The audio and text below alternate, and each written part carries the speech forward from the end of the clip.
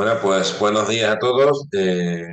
Bienvenidos a esta sesión de nutricionismo en el tórax pediátrico que va a dar la ponente la doctora Carmen Gallego Herrero del Hospital 11 de Octubre. Y como experto tenemos a la doctora Merche Pérez de Valdebrón y a María Jesús Esteban de la FE. Y como directora Alberto Hidalgo, que está también por aquí conectado. Entonces, bienvenidos a todos. Vamos a comenzar ahora. Le voy a dar paso ya a la ponente. Sí.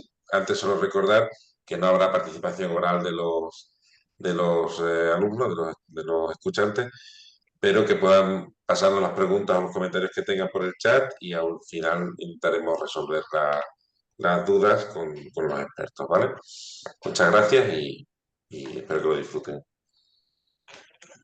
Buenos días, soy Carmen Gallego, trabajo en el 12 de octubre y hoy el motivo de esta charla es el intervencionismo en el tórax pediátrico y bueno, pues vamos a hablar pues, de una serie de procedimientos que acontecen en el tórax y que pueden ser bien vasculares o no vasculares.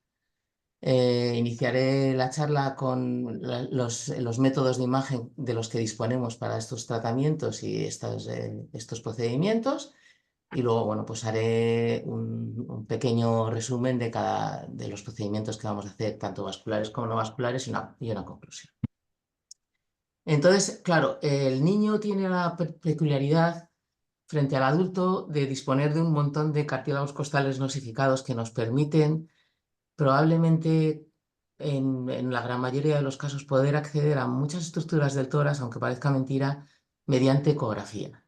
Y esto hace que podamos tener múltiples accesos, bueno, también se puede hacer con TAC, por supuesto, y podemos tener múltiples accesos al tórax, como veis, que pueden ser desde el jugulum, infra o supraclavicular, intercostal, bueno, pues transesternal, paraesternal, subcostal y paraespinal. En general, para muchos de los procedimientos del tórax, nosotros empleamos la ecografía, a veces la ecografía y la fluoroscopia, y solo nos reservamos el TAC para una serie de procedimientos que ahora os contaré, que es cuando es imposible ver la patología con eco, pues porque la patología no contacta con la superficie pleural. Es decir, que para utilizar la ecografía tenemos que tener una ventana acústica lo suficientemente grande que nos permita verla con ecografía. Y si esto es así, pues lo hacemos con eco porque es mucho más rápido. Es verdad que es operador dependiente, pero se puede hacer en cualquier sitio, no es necesario llevar al paciente a la sala, se puede hacer a pie de cama, en quirófano, y eso muchas veces en pacientes que están mal, pues es de agradecer. Empezamos por el intervencionismo no vascular y, bueno, pues uno de los procedimientos que hacemos de forma permanente es la biopsia. Biopsia en general guiada con ecografía, como ya os he dicho, siempre que tengamos una ventana y puede ser tan arriesgada como este paciente que os presento aquí, que era una niña de 10 años con un antecedente de leucemia amiloide aguda en remisión, en principio, que acude al hospital con esta gran masa que veis que está rodeando la pulmonar, incluso haciendo una especie de invasión de la mucosa que se ve muy bien en la ecografía también, que rodea la aorta, la salida de las coronarias, trayecto coronario. Y bueno, pues nosotros tenemos suficientemente ventana y veis que está aquí, estamos haciendo múltiples abordajes de la masa mediastínica y estamos llegando pues al, eh, al pericardio, al timo y efectivamente, bueno, pues se trataba de una recaída y era un sarcoma amiloide. Los nódulos pulmonares tampoco son una complicación para nosotros cuando se ven, como el caso de este paciente, que era una recaída de un Wilms, que estamos viendo aquí unos nódulos retrocrurales derechos y se ven muy bien en el TAC. Y a veces nos llevamos la ecografía cuando vemos que los nódulos están muy cercanos a la pleura, pues nos llevamos el ecógrafo al TAC y si lo podemos pinchar con el eco, pues es mucho más rápido, no tienes que estar y implica mucha menos radiación, que es lo que hicimos en este caso. Quizá lo más importante de la ecografía y la biopsia pulmonar es nunca dejar la aguja en el espacio pleural, ¿no? Es decir, que hay veces que cuando se va como muy despacio, ¿no? Es decir, cuando vas avanzando la aguja para tener muchísimo control sobre la dirección de la aguja, pues a veces la aguja se queda en el espacio interpleural, ¿no? Entre pleura parietal y visceral, y esto hace que entre aire, porque las agujas siempre tienen algo de aire, y entonces nos puede impedir el hacer correctamente la biopsia. O sea que digamos que puedes ir despacio a lo largo de toda la pared torácica, pero a la hora de abordar el pulmón hay que ser bastante rápido para evitar que el aire entre en la cavidad pleuralis, que se nos ponga una fina lámina de neumotórax que nos impida la correcta punción del nódulo o de la masa. En general utilizamos agujas de biopsia, pero ocasionalmente en pacientes a lo mejor que tienen la coagulación alterada o cuando la sospecha clínica es infección, como en esta paciente con una leucemia linfoide aguda recidivada, tenía un dolor subescapular izquierdo y se veía, bueno, la verdad es que se veía tan solo este pequeño nodulito aquí en campo medio pulmonar izquierdo, que ecográficamente se veía como una ocupación del espacio aéreo. Bueno, pues en estos casos, cuando la sospecha es infección, solemos hacer tan solo una PAF, que, bueno, pues en este caso, pues digo que se trataba de un absceso por fusobacterias y, bueno, en el control post-punción, bueno, se ve una especie como de aumento de la densidad en sábana que es a consecuencia probablemente de un pequeño sangrado que no suele tener reflejo clínico, es decir, no suelen tener hemoptisis ni nada. Solamente nos reservamos la punción guiada con TAC cuando no hay manera de ver la patología, ¿no? Este paciente con 12 años y una tos crónica tenía esta especie de infiltrado en forma de vidrio deslustrado periférico contactando con la fisura menor. Y bueno, no hay manera, no se ve por eco, pues tenemos que hacerlo con TAC. Y se trataba de una, una neumonía por hipersensibilidad focalizada que luego fue resolviendo con el tiempo y ya está. Y mirar que cómo se ve la hemorragia, que no es infrecuente, la hemorragia alveolar que se produce después de eh, varias punciones, porque se suele hacer coaxial con una aguja de 18 o 19 G. Y lo que pasa que esta pequeña hemorragia alveolar que se ve a lo largo de toda la base pulmonar derecha no suele tener correlación clínica y los pacientes no suelen tener hemoptisis. De manera que la biopsia la hacemos siempre que sea visible con ecografía, utilizamos agujas de 18 para el pulmón y 19 para el y 16 para el mediastino. Si vemos que hay un riesgo de sangrado importante, podemos embolizar el trayecto con un gel de gelatina y nos reservamos la punción aspiración con aguja fina cuando hay sospecha de infección o bien cuando el riesgo de sangrado o hay un riesgo de sangrado o una cercanía demasiado, no estamos muy seguros con una estructura vascular del corazón. A veces se hace tanto PAF como biopsia, o sea que puede ser útil como complemento para un diagnóstico más rápido. Drenajes. El drenaje torácico también lo solemos hacer con ecografía. Y bueno, tenemos dos maneras de abordar el tórax. Puede ser en el plano longitudinal, donde estamos viendo todas las costillas reflejadas sobre nuestra ecografía, como en la imagen de la izquierda. O bien, si nos ponemos en el plano transverso, pues tenemos una imagen limpia que nos gusta mucho más y que es el método de abordaje que nosotros hacemos. Entonces, bueno, cuando se trata de un derrame, nosotros lo que hacemos es punción de anterior a posterior, de manera que el drenaje queda colocado en la localización más posterior para, digamos, conforme va disminuyendo el derrame, que vaya saliendo todo, ya que estos suelen ser pacientes encamados.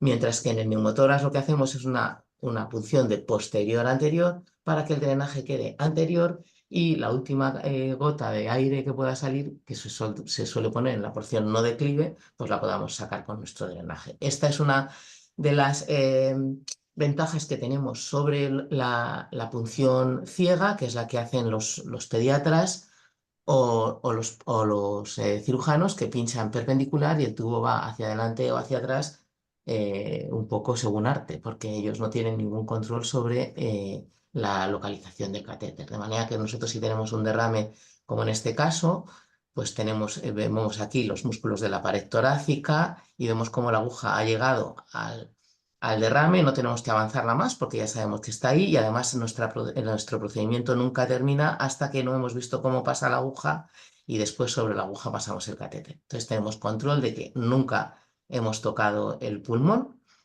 y de que sabemos que el drenaje se va a ir colocando hacia la porción más posterior, la más declive en estos pacientes. De manera que esas son las ventajas que yo le veo a la punción guiada con respecto a la punción ciega. Unas palabras sobre la neumonía adquirida en la comunidad. En general, en la última actualización del protocolo que hemos hecho en el hospital, lo que hacemos es, hacemos derrame siempre que veamos que en la radiografía, hacemos ecografía siempre que en la radiografía veamos que el derrame ocupa más de 1 centímetro en el plano lateral o cuando hay un derrame subpulmonar, ¿no? Cuando hay mucha diferencia entre la altura de un diafragma y el otro, o cuando hay una sospecha significativamente alta de que sea un derrame exclusivamente posterior, es decir, que haya una diferencia de densidades importante entre la densidad de un emitórax y el otro. Y hacemos el drenaje cuando el derrame es mayor de 2 centímetros o hay una dificultad respiratoria, necesidad de oxígeno atribuible al derrame, o persiste la fiebre en presencia de un derrame después de 72 horas de antibioterapia, o en caso de dudas diagnósticas, es decir, cuando no pensemos que sea un derrame asociado, no complicado, asociado a neumonía, pero sospechemos malignidad, tuberculosis u otras causas. Y simplemente nos reservamos el TAC para cuando hay sospecha de absceso o la neumonía necrotizante tiene una evolución, o sospechamos una neumonía necrotizante de evolución muy tórpida con muy mala evolución, con presencia de fístula broncopilar. Y bueno, pues en general lo que intentamos es tratar a todos los pacientes con fibrinolíticos. Solo utilizamos la videotoracoscopia asistida en la debridación cuando el empiema complejo y no mejora tras el tratamiento adecuado, el derrame pleural y el fracaso de la uroquinasa o haya una contraindicación para la uroquinasa. ¿Y quién lo hace? Pues en general lo suelen hacer pediatras o cirujanos y los radiólogos pues solemos hacer solamente los casos que nadie quiere, es decir, subpulmonar, trastornos de la coagulación, neonatos recién operados, ECMO, tórax loculados neumotoras loculados. Aquí ponemos algunos ejemplos de lo que nos suelen pedir. Bueno, este era un paciente con un síndrome de hipertortuosidad vascular, en hipertensión pulmonar, no trasladable a ningún sitio en la UBI encamado, que tenía un hidroneumotoras, como estáis viendo en la placa, y que le estaba condicionando la evolución clínica en general. Y bueno, pues vemos que en el emitoras derecho hay un pulmón normal con sus líneas B, en el emitoras izquierdo hay un gran neumotoras y en la porción más declive un derrame pleural. Y bueno, pues lo que hacemos es pinchar el neumotoras de posterior hacia anterior, el derrame de anterior hacia posterior y vemos cómo quedan colocados los dos drenajes y la resolución completa del hidroneumotoras y la expansión total del pulmón izquierdo. También en los neonatos, cuando tienen neumotoras bilateral y bueno, pues les da miedo ocasionalmente, hay veces que a lo mejor el pediatra no tiene tanto manejo, bueno, pues vemos cómo, bueno, este vídeo corre un poco rápido, vemos cómo en la imagen de la derecha del eco vemos un poquito de pulmón aireado en el margen lateral y un neumotoras justo a la altura de los vasos mamarios. Bueno, pues se pone un drenaje justo a ese nivel, como estáis viendo en la imagen de la derecha, y como ya vemos que volvemos a ver el timo y el corazón, la silueta cardíaca, y esto se repite también en el emitoras izquierdo y la radiografía inmediatamente después de la aspiración, porque cuando vemos que ya no hay más neumotoras, muchas veces no dejamos el drenaje, como después de la aspiración la resolución ha sido completa. O pacientes recién operados con mucho edema de partes blandas, como este paciente operado de una hernia diafragmática, que hay un derrame de predominio subpulmonar. El problema es que los neonatólogos, pues primero, entre el espesor de partes blandas no se atreven a avanzar más la aguja y además un paciente recién operado con una malla interpuesta no quieren tocar la malla. Y entonces, bueno, pues aunque técnicamente es fácil porque vemos que una gran cantidad de derrame pleural. Lo que sí que aportamos nosotros como radiólogos es el control absoluto sobre la técnica. Sabemos que no vamos a tocar la malla, no vamos a tocar el pulmón y vamos a poder poner nuestro drenaje adecuadamente en el espacio subpulmonar sin tocar la cirugía reciente, incluso aunque el abordaje sea tan bajo como en este caso que estáis viendo en el paciente. Hay drenajes mediastínicos muy complejos, como en este paciente, que era un multioperado de una atresia de esófago. Ya veis que tiene estas fusiones costales por las múltiples cirugías en el hemitórax derecho, que hace imposible el abordaje desde posterior, que es lo que hubiera tenido que ser. De manera que, bueno, vemos que tiene ya el esofagocoloplastia anterior, esta cavidad que estáis viendo retroesternal es la esofagocoloplastia. El paciente está con fiebre y quieren que drenemos esa colección. Bueno, pues se puede intubar selectivamente el pulmón bueno, el pulmón izquierdo, y se puede provocar un neumotórax localizado en el hemitórax derecho y avanzar el catéter pues, mediante técnica de punción directa o Schellinger, como queramos, hasta ver que estamos adecuadamente en la colocación. O sea, se pueden hacer neumotórax controlados para abordajes mediastínicos posterior cuando no se puede por la razón que sea. En este caso era una cirugía, múltiples cirugías en la pared torácica que habían provocado una fusión completa de las costillas y no encontrábamos modo posible de acceder por posterior. Esclerosis no vascular, esta era una paciente mayor con una ronquera por la presencia de un quiste en el yugulum, era un quiste linfoepitelial. Y bueno, pues se puede tratar mediante punción drenaje y luego instilación de sustancias. En este caso pusimos etoxisclerol y alcohol. Y bueno, desde el primer momento la paciente se le remite la ronquera y está curada. Otras patologías raras en el niño, pero que pueden ocurrir, como este paciente con una amartoma mesenquimal de pared torácica, que suele ser una lesión sólida de las costillas que no suele crecer, pero ocasionalmente pueden tener un componente como de quiste óseo-aneurismático, que es lo que le pasaba a este paciente. Y entonces, bueno, pues el quiste óseo-aneurismático iba creciendo, iba desplazando cada vez más la silueta cardíaca hacia el lado contralateral y va provocándole un distrés respiratorio cada vez mayor. Bueno, entonces vemos que efectivamente está el amartoma, pero luego tiene múltiples quistes que son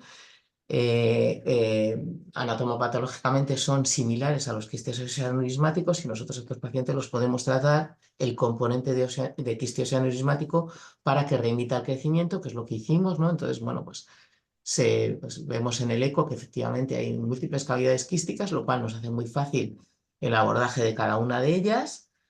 Hicimos un procedimiento combinado entre el TAC y el eco, es decir, pinchamos con eco, pero luego nos cercioramos de que estábamos bien en el TAC y luego inyectamos las sustancias, que en este caso nosotros lo tratamos como la escuela americana, con doxiciclina. Y bueno, pues vemos que tras 2 sesiones de ablación química con doxiciclina han remitido gran parte de los quistes. La silueta mediastínica está centrada, quedan algunos quistes residuales, pero no nos importa tanto porque estos son externos y el paciente pues, ya puede respirar con más facilidad. Localización pulmonar con alpón. En general la utilizamos para la estadificación y restadificación de tumores con nódulos pulmonares. Esto lo que permite es que las toracoscopias sean con cirugías menos agresivas, que la segmentectomía típica o el trozo de pulmón que el cirujano se lleva sea menor, porque eh, es decir, se circunscribe al tejido que hay alrededor del arpón. Ahorra un canal de trabajo, puesto que nuestro arpón sirve un poco de tienda de campaña a la hora de provocar el neumotórax controlado, y entonces digamos que el pulmón queda colgando sobre el arpón y el cirujano solamente tiene que resecar ese trozo de tejido que va alrededor. En general nosotros utilizamos el arpón de tipo ancla, el espiral, que es el específico pulmonar. En nuestro caso se se desenrolla y no nos gusta. Entonces utilizamos este que es más estable en el tejido. Y bueno, pues hay que tener una serie de consideraciones técnicas que son sobre todo la colocación del paciente, es decir, que si tiene varios nódulos, cómo vamos a poder intentar abordar todos de una sola atacada o si vamos a tener que planificar 2 días sucesivos. Tener cuidado siempre, como el paciente está respirando, está anestesiado, pero está respirando, no los tenemos, pues siempre intentar que las apneas sean, abordar la aguja siempre en el mismo momento de la apnea o pedirle al anestesista que nos haga una apnea en general expiratoria, que es mucho más reproducible que la inspiratoria. Eh, Intentar no fijar mucho el arpón a piel porque durante el traslado el paciente va a estar respirando y si lo fijamos puede moverse de manera que tenga una cierta holgura para que el arpón se pueda mover y luego, bueno, pues si se dispone de un TAC en el quirófano, perfecto, nosotros todavía no, aunque nos vamos a trasladar de hospital y sí va a haber, que eso mejora mucho porque, digamos, el componente de movimiento del arpón durante el traslado pues también está ahí y hay veces que algunos de los arpones se nos pueden desalojar. Vemos algún caso, ¿no? Esto es lo que digo, que el pulmón queda colgando en el arpón, de manera que el cirujano solo tiene que entrar con las pinzas y le sirve un poco el arpón de anclaje hacia la pared para poder hacer la resección. Eh, una de las cosas que hemos visto a lo largo de los múltiples arpones que hemos puesto en nuestra vida es que los arpones cuando son, los nódulos cuando están calcificados o parece que pueden estarlo, si les hacemos una radiografía de la pieza con técnica mamográfica se ven bien. Sin embargo, los que no están como este basal derecho, los que aparentemente no están calcificados, no los vamos a poder ver bien. Entonces, si hay dudas de si el nódulo está incluido en la pieza de segmentectomía típica y tenemos sospechas o es un osteosarcoma de que pueda estar parcialmente calcificado, pues podemos emplear la técnica de radiografía de la pieza para valorar si hemos incluido el nódulo en la pieza quirúrgica.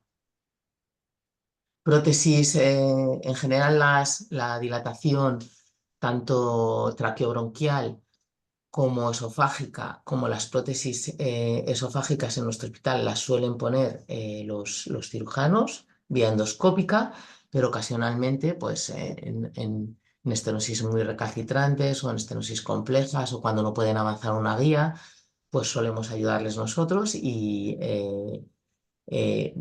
normalmente el tratamiento suelen ser solo dilataciones, pero ocasionalmente tenemos que poner prótesis para estenosis recalcitrantes y suelen ser prótesis que intentamos que sean retirables, es decir, que se mantengan durante 1, 2, 3 meses y luego retirarlas para que el paciente no se quede con una prótesis de por vida.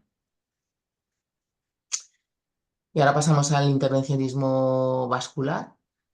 Y lo mismo, pues vamos a tratar lesiones vasculares como malformaciones linfáticas. Cuando son macroquísticas, utilizamos en general una terapia que es una terapia dual, ponemos un drenaje, instilamos dentro de las cavidades primero un detergente que mantenemos unos minutos. Sacamos el detergente y después ponemos el alcohol, que lo mantenemos 15 minutos y después lo sacamos, dejamos los drenajes in situ y a los 2 días solemos repetir la prueba, salvo en neonatos, que es un procedimiento de un solo día, con idea de reforzar la esclerosis y con esto pues, nos está yendo bastante bien. Algunos pacientes, los que tienen malformaciones microquísticas, pues utilizamos bleomicina o doxiciclina, pero las macroquísticas están yendo muy bien con esta terapia dual. Aquí vemos cómo post-esclerosis ya se ven los músculos de la pared costal, los intercostales y ya no queda ninguna imagen quística en el tejido celular subcutáneo. Embolización del conducto torácico es la otra el otro de los tratamientos que hacemos en el sistema linfático en el tórax. Lo utilizamos cuando los quilotoras son refractarios, es decir, cuando están teniendo un débito de más de 500 centímetros cúbicos al día. Existen 3 vías de abordaje, desde el abdomen, pinchando la cisterna del kilo y subiendo a través del conducto torácico, una cateterización selectiva desde la confluencia yugulo-subclavia izquierda o bien una punción directa desde el conducto torácico, desde región supraclavicular, si somos capaces de verlo. Os presento aquí el caso de un paciente que había tenido un tumor de células germinales testicular con diseminación linfática y pulmonar, y al final del tratamiento le quedaba este ganglio en la región del mediastino medio y un nódulo pulmonar residual. Y bueno, pues le pusimos un arpón para ver si esto era todavía un nódulo maligno o era un nódulo reactivo o secuelas de un nódulo previo. Y aprovechando que estaban en la toracoscopia, también le resecaron el ganglio. Bueno, pues tras la resección del ganglio linfático este de mediastino superior, empezó con un kilotoras muy abundante de 1,5 litros diario, con lo cual decidimos hacerle, bueno, pues una linfangiografía primero con contraste oleoso, para lo cual hay que pinchar uno o los ganglios que se tengan. En este caso tenía una resección linfática de la cadena linfática ilíaca izquierda, y el abordaje izquierdo no era útil, de manera que pinchamos los ganglios derechos y esperamos hasta que se rellena, se reflexiona la cisterna del kilo. Una vez que ya la tenemos localizada en fluoroscopia, la pinchamos con una chiva, pasamos una guía a través de la misma. A la misma vez vamos viendo cómo el contraste ha ido subiendo y se han rellenado los ganglios de la cadena mediastínica, y a partir de ahí hacemos primero una linfangiografía y vemos cómo hay una fuga de contraste donde está la flecha hacia el tórax. Y luego, por último, pues lo que hacemos es embolizamos primero con COIS la desembocadura del conducto torácico y luego con pegamento los primeros trayectos hasta asegurarnos de que la salida del tronco que está fugando, que es el tronco eh, pleuromediastínico en este caso, pues está cubierto tanto con el pegamento como con los COILs. Eh, Aquí tenemos un control del paciente. A los 24 horas ya solo daba 50 centímetros cúbicos de débito. Se le retiró el drenaje a las 48 horas. Y bueno, esto es un control luego de la enfermedad, pero que vemos que todavía le queda pues contraste oleoso que tarda mucho tiempo en resolver, que luego acaba yéndose por otros linfáticos, y el pegamento que hemos introducido en el paciente en el conducto torácico y los coils. Prótesis de vena cava superior. Bueno, en síndromes de vena cava superior, entonces, bueno, cuando el síndrome de vena cava superior es de origen infeccioso, en general lo que hacemos es manejo médico y esperar a que disminuyan los ganglios que están provocando el síndrome de vena cava superior. O si es una tromboflebitis, pues tratamiento médico igual y tratamiento anticoagulante. En la infancia, en general, solo fibrinolisis y angioplastia, no nos gusta poner stents, pero en la adolescencia, si la enfermedad está muy diseminada, como en el caso de este paciente con un sarcoma de Ewing, pues se puede colocar stents cuando los pacientes tienen una trombosis completa del eje, ¿no? Como en este caso, que estáis viendo que se rellenaba múltiples colaterales mediastínicas en el TAC de abajo, con el relleno de la ácigos y la hemiácigos y una trombosis completa de la vena cava superior. Bueno, pues se pincha la región de la trombosis y se va haciendo dilataciones y colocando prótesis a lo largo de todo el eje del sistema venoso para recanalizar, porque son pacientes que todavía necesitan más quimioterapia o que están en pleno proceso de quimioterapia, y simplemente para evitarles el síndrome de vena cava superior. Embolización arterial, en general, prequirúrgico oncológico, ocasionalmente en secuestros o malformaciones o fístulas pulmonares, pero muy ocasionalmente, porque en general este es territorio del cirujano y les gusta quitarlo, sobre todo cuando hay quistes. Y luego, bueno, pues una patología que prácticamente hemos dejado de ver con el nuevo tratamiento, los nuevos tratamientos médicos, que son las fibrosis quísticas muy pasadas, ya por lo menos en lo que compete a nuestro segmento de edad, ya prácticamente no vemos fibrosis quísticas muy pasadas, porque el tratamiento ha cambiado totalmente la evolución de esta enfermedad. Aquí tenemos esta paciente que tenía una masa mediastínica que se descubrió a raíz de un dolor, bueno, de un control de una escoliosis y que se trataba de una enfermedad de Castleman. La paciente además tenía una bronquiolitis obliterante que finalmente fue fatal, pero bueno, intentamos eh, embolizarla prequirúrgicamente. Bueno, pues embolizan pues, las distintas ramas bronquiales, la mamaria interna, para que la cirugía sea limpia y sea rápida. Y luego, pues otros casos como este, un caso muy complejo de una niña con dos secuestros pulmonares, uno derecho aquí abajo e izquierdo, pues el cirujano piensa que es mejor no tratar, o si se trata, que se trate ya una vez embolizado, bueno, pues podemos poner pues, un dispositivo, un dispositivo Amplacer o embolizar con coils, cada uno en función del tamaño del vaso. Y bueno, esta niña finalmente sí que se resecó el de la base pulmonar izquierda, mientras que se dejó el de la base pulmonar derecha, que no tenía quistes. ¿Qué es lo que hace, qué es lo que decide operar o no? Bueno, pues la posibilidad de que tengan un potencial maligno, un blastoma pulmonar, y de momento en lo que no haya evidencia científica de que los quistes no pueden malignizar, pues se sigue haciendo una cirugía sobre los mismos. Y bueno, el de la base pulmonar izquierda sí tenía quistes y el de la base pulmonar no tenía quistes, por lo tanto se resecó simplemente el de la base pulmonar izquierda. Y nada, simplemente para terminar, que hay numerosos campos de actuación en el tórax, que no son técnicas que sean exclusivamente del radiólogo, por lo que muchas veces nos tenemos que ofrecer como colaboradores y ocasionalmente pues, nos dejan simplemente los casos difíciles. Ya hemos visto que la ecografía es una guía tremendamente útil, se puede hacer a la cabeza del paciente, es muy flexible, hace que los procedimientos sean mucho más rápidos y la podemos emplear incluso para tratar, hacer procedimientos que acontecen en el pulmón. Y las ventajas más evidentes son la escasa morbilidad asociada a las técnicas, el control absoluto que tenemos sobre el procedimiento en todo momento con la guía de imagen, la recuperación más temprana post-procedimiento y la seguridad que ofrece. Esto hace que los pacientes tengan menor estancia hospitalaria y menor tasa de complicaciones. Y ya con esto, pues se termina. Muchas gracias, doctora Gallego. Me ha sido una charla muy interesante. Si recuerdo a todos los asistentes y participantes que si quieren hacer alguna pregunta o comentario, pues pueden enviarlos por el chat porque no está abierta la, la participación por voz para todo el mundo.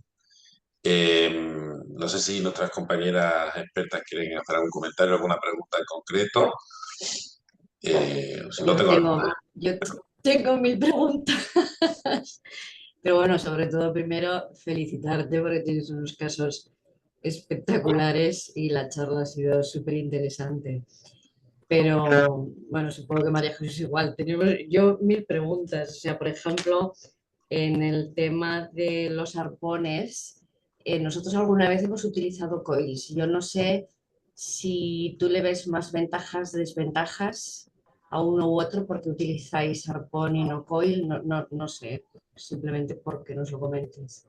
Pues mira, nosotros, he utilizado todos los tipos de arpones y también coils. Entonces, el coil, digamos que la ventaja que le ven los cirujanos al arpón que sale por la pared es que les ahorra un tercer canal. Es decir, ellos necesitan tres canales de trabajo para poder, uno que es con el que se ve, otro que es con el que se corta y otro que es con el que se sujeta el tejido, ¿no? Entonces, el canal de sujeción de tejido se lo ahorran porque el pulmón se queda colapsado alrededor del arpón. Entonces, digamos que son cirugías que al final tienen solo Bueno, dos pero entradas de no. puerto, por lo cual el dolor asociado al procedimiento va a ser menor, porque al final ellos utilizan, o sea, hacen unos agujeros muchísimo más grandes que los nuestros, ¿no? Para poder meter todo su material, las pinzas, meter la bolsa. Entonces, si les ahorras un tercer canal, ellos están mucho más cómodos, porque, digamos, desde afuera controlan el parénquima pulmonar, tiran un poquito del arpón y lo hacen, se queda como en tienda de campaña alrededor y ya solo necesitan el de visión y el de trabajo.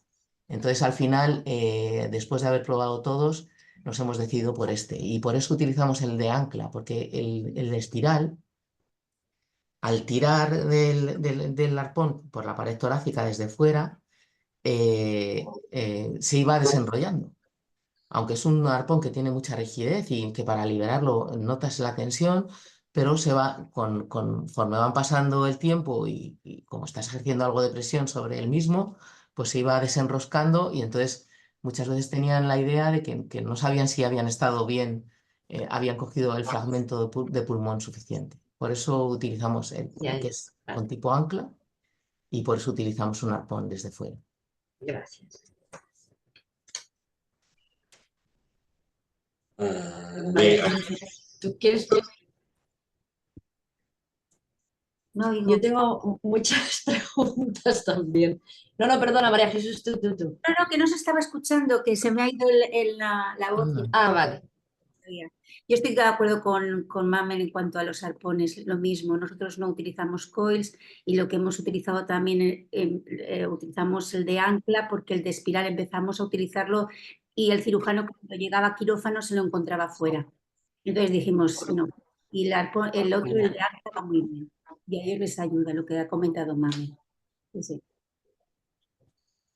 ahí ha surgido una pregunta en el chat. El doctor Riera nos pregunta si tenéis, bueno, pregunta si tenéis experiencia en el rol para el marcaje del nódulo pulmonar.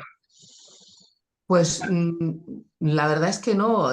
Ahora hay muchísimas eh, publicaciones sobre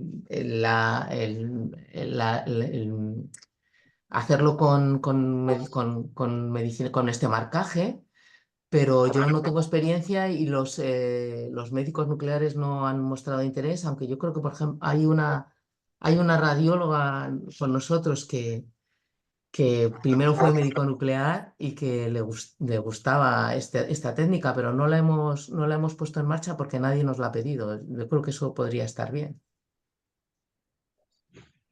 Ujú. No sé si aporta muchas más ventajas o no, es decir, que tienen que ir con la sonda, yo no sé si, pero vamos, sí, o sea, es una técnica más. Nosotros no tenemos ninguna experiencia sobre eso.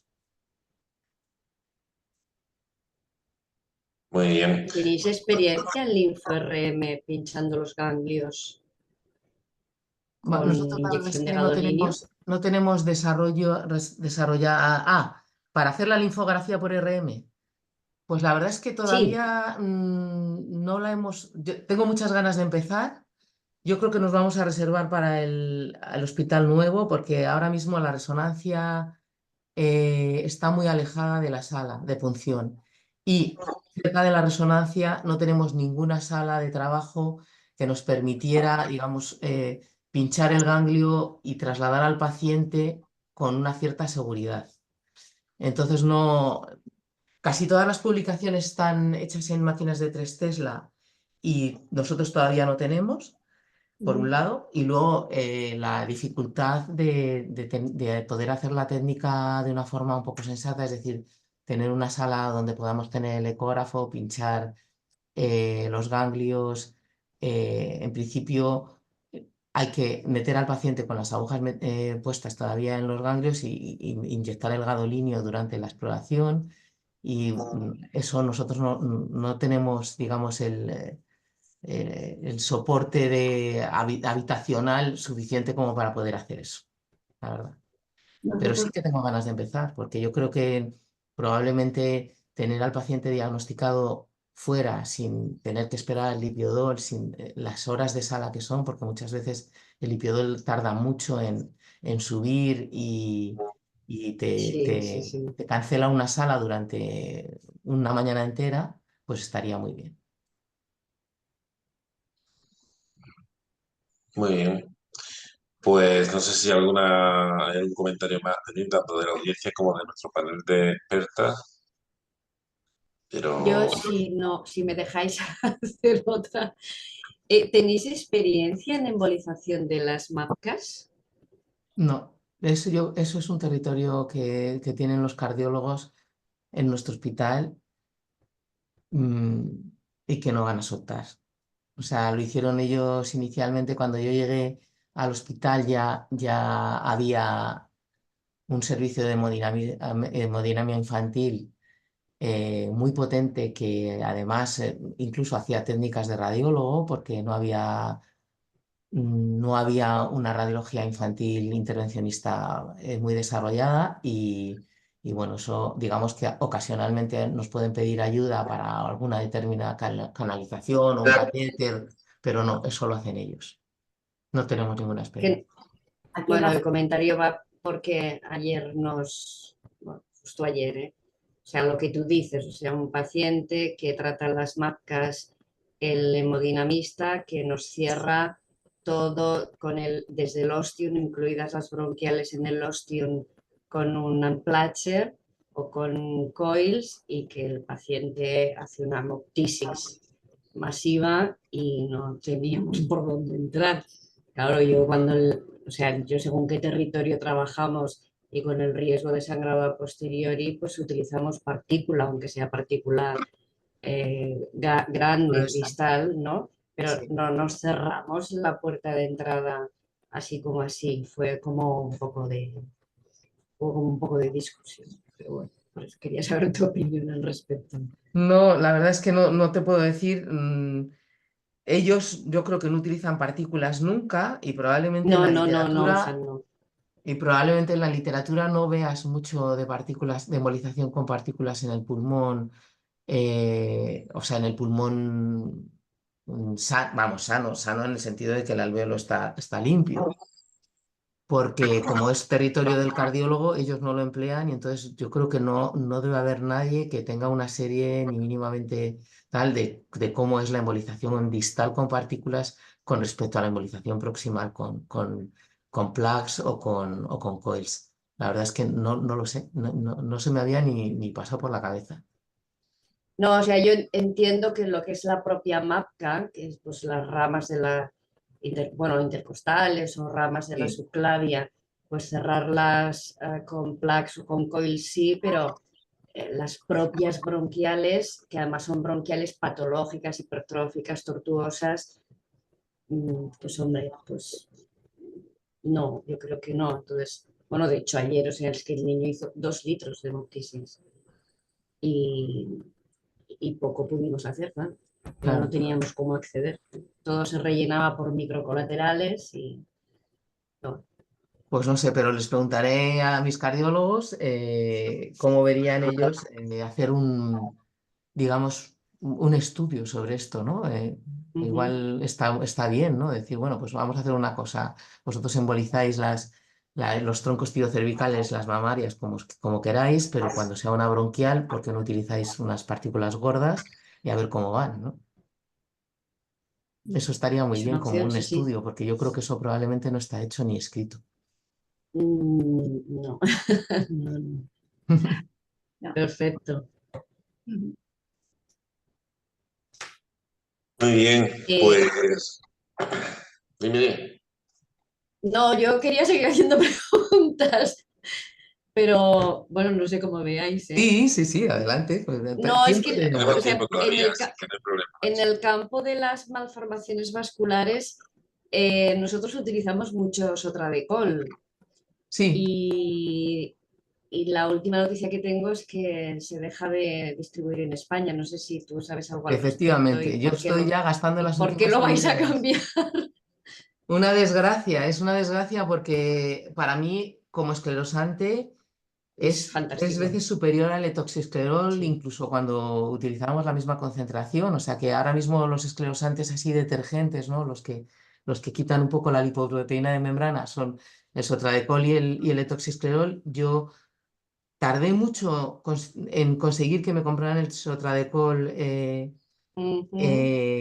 porque, bueno, primero no está comercializado en España, después no está adoptado, después como es un uso compasivo porque no está descrito, tardé bastante. Desde los últimos 4 o 5 años que he estado utilizando el Benfibro, estaba tan contenta, incluso he tenido que bajar las dosis de esclerosante porque con respecto al etoxisquerol he tenido alguna placa de necrótica cutánea porque es que es mucho Sí, más potente. es mucho más agresivo, sí. Y hace 2 meses me escribió la de farmacia y me dijo, tenemos las últimas unidades, ya no se va a comercializar y entonces pues voy a volver al etoxisclerol 3%, pero con pena. Pero no sé si podríamos hacer algo desde la sociedad, porque creo que vamos a estar todos con la misma, Ah, pues vamos mira, a eso estar todos podría con el estar mismo bien, la problema. verdad. Promoverlo desde la sociedad yo creo que a lo mejor Ya estaría bien. indagaremos. Sí, eso podría estar bien. Porque sí, yo tengo pena, Mm, claramente. sí, sí, ¿Y sí. vosotros ponéis alcohol después del STS o solamente utilizáis el STS? Es que nosotros malformaciones macroquísticas no hacemos, las hacen los cirujanos Ajá. pediátricos y les ponen el local.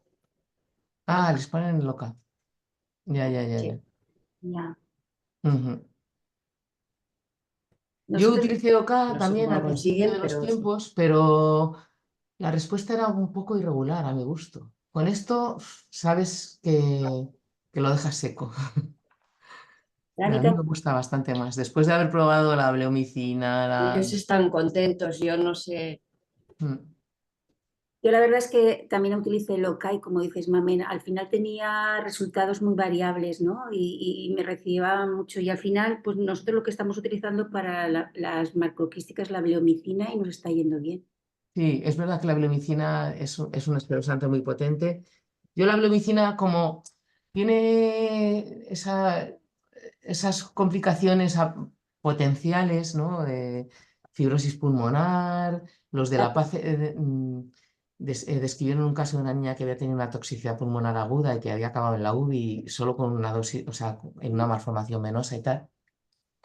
Pues yo la bleo, la utilizo y me gusta, pero la utilizo solo cuando es estrictamente, o sea, cuando veo que no voy a poder utilizar o sea, por ejemplo, en a lo mejor una malformación de la lengua o en el ojo, en ese tipo de procedimientos, pues sí, porque, o las que están muy cercanas a la mucosa, porque provoca menos inflamación local y ofrece más seguridad, pero no la pongo así. ¿Tú no has tenido complicaciones? O sea, yo he tenido hiperpigmentación en Eso algunos sí, pacientes. en ¿Tú no has algunos, tenido complicaciones con la bleo? nada, nada, no he tenido. La verdad es que nosotros Nunca. eso, No, no. nosotros tampoco. Ah, fíjate, pues o sea, mi primer paciente tuvo una hiperpigmentación en el latigazo que luego se le ha ido pasando, pero que se rascó. Se me olvidó decirle que se tenía que cortar las uñas muy cortas y no rascarse y tal. Sí que tuvimos las precauciones de no poner pegatinas en el paciente, pero tuvo una hiperpigmentación que parecía que le habían estado dando latigazos en la espalda y vino quejándose, o sea que no le gustó, claro. Luego se le ha ido pasando y ya está más contento, pero inicialmente, y esa es la única complicación que he tenido, pero bueno, como están descritas y tal, yo eso, me reservo un poco para procedimientos específicos. Muy bien. Enrique, no sé si Bueno, tendríamos que sí, disculpar. sí. No quiero interrumpir la interesante conversación, pero ya nos estamos quedando un poco sin tiempo. Entonces, podemos dar paso, bueno, voy a dar el paso a Alberto Hidalgo para que Fenomenal. pida la sesión, si os parece bien. Bueno, nada, pues daros las gracias. Un tema interesante, aunque al final nos hemos metido en cosas muy, muy técnicas, pero bueno, lo que es evidente es el campo enorme que hay y daros las gracias a todos por la participación y gracias. Y no sé, Enrique, si quieres acabar tú. Bueno, lo mismo que nuestro Hidalgo, decir que muchas gracias, me ha parecido muy interesante, son unos casos excepcionales. La discusión posterior ha sido súper interesante, muy específica, pero para los que nos dedicamos a esto es muy, muy gratificante encontrar, pues, ver cómo lo hacéis en diferentes sitios y de diferentes formas, y la verdad que muy contento. Gracias a vosotros por invitarnos. Sí, Y bueno, gracias a vosotros. Bueno, Muy bien. gracias, hasta la próxima. Hasta la próxima. Venga. Felicidades, Carmen. Bueno, nos vemos por Adiós. ahí en algún foro. Venga, hasta luego, adiós. venga, Sí. hasta luego. Adiós, adiós.